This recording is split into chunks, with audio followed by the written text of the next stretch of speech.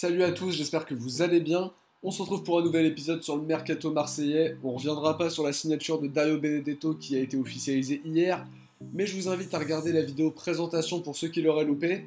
Pour ce mercato après la signature de Benedetto, Villas-Boas a laissé entendre qu'il pourrait y avoir un ou deux renforts et que la fin du mercato anglais allait accélérer les choses, tout en précisant qu'il ne veut pas que le groupe change beaucoup. Un départ au milieu devrait se produire dans les prochaines semaines si des offres suffisantes arrivent. En tout cas, on a notre lot de rumeurs pour ce nouvel épisode, alors n'hésitez pas à rester jusqu'à la fin de cette vidéo. Si mon contenu vous plaît, n'hésitez pas à vous abonner. Si vous le faites, n'hésitez pas à me le dire dans les commentaires pour que je puisse vous remercier en personne. Et n'oubliez pas le petit pouce bleu qui nous motive à faire encore plus de contenu. Petite question pour vous avant de commencer, vous commencez à en avoir un petit peu l'habitude maintenant. Que pensez-vous de la prolongation de Steve Mandanda jusqu'en 2021? Et sinon, à qui auriez-vous pensé pour le remplacer? Dites-moi ce que vous en pensez dans l'espace commentaire. On va commencer directement cette vidéo en parlant d'un candidat au départ cet été, Morgan Sanson.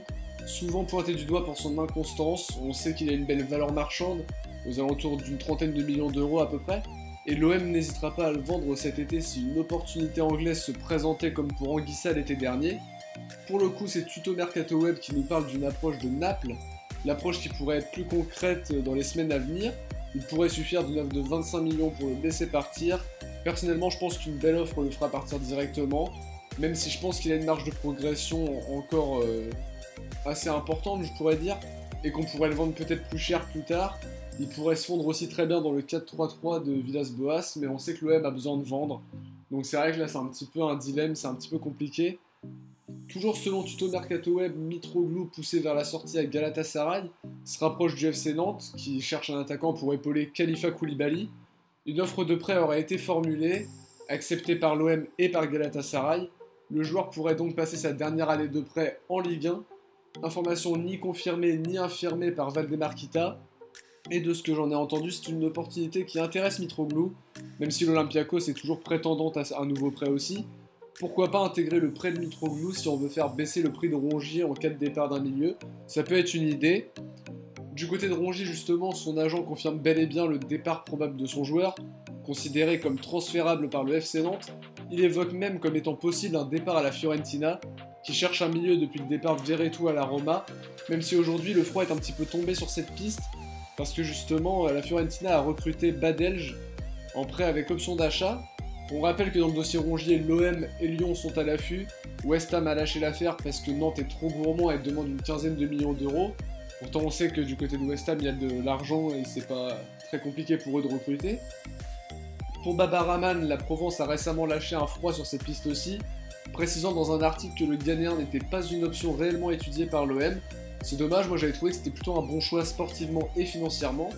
En revanche, la Provence indique que l'OM et Zubizarreta sont intéressés par le profil du jeune latéral gauche Juan Miranda, qui évolue au FC Barcelone en équipe B et qui a fait quelques petites apparitions. J'ai entendu dire que le joueur préférait rester en Espagne où le Betis semble intéressé. En tout cas, s'il devait arriver, ça enverrait en prêt un joueur comme Rokia ou Nielsen Nkunku. Du côté de Mandanda, dans le secret absolu, l'OM a levé la clause d'une année optionnelle. Le gardien est donc maintenant lié au club jusqu'en 2021. Il aura 36 ans à la fin de son contrat, sans doute pour faire comme Gustavo et rester dans le club en ayant des responsabilités après la fin de leur carrière. Il a également récupéré le brassard de capitaine pour cette saison et semble plus affûté que la saison dernière. Voilà ce qui pourrait l'inciter à enchaîner les bonnes performances, récompensées par cette petite prolongation d'une année supplémentaire. La Provence toujours nous apporte une piste plutôt étonnante.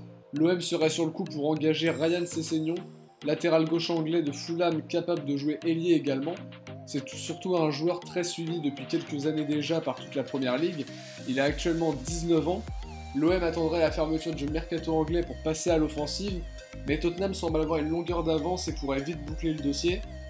Personnellement, j'ai du mal à croire que le joueur signerait à l'OM alors que Tottenham le veut, que Tottenham a une capacité financière bien au-dessus de la nôtre, et toujours est-il que le joueur est lui un très bon joueur, très prometteur, qui coûterait aux environs de 20-25 millions d'après ce que j'ai entendu.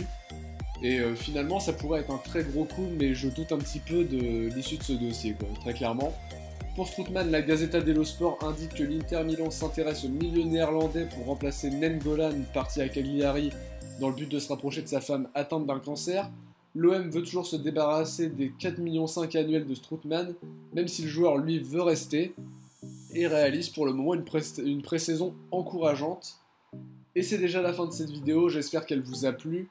N'hésitez pas à mettre un petit pouce bleu, à me donner votre avis dans l'espace commentaire, à vous abonner si ce n'est pas déjà fait, et on se retrouve très bientôt pour une prochaine vidéo. Ciao les potes!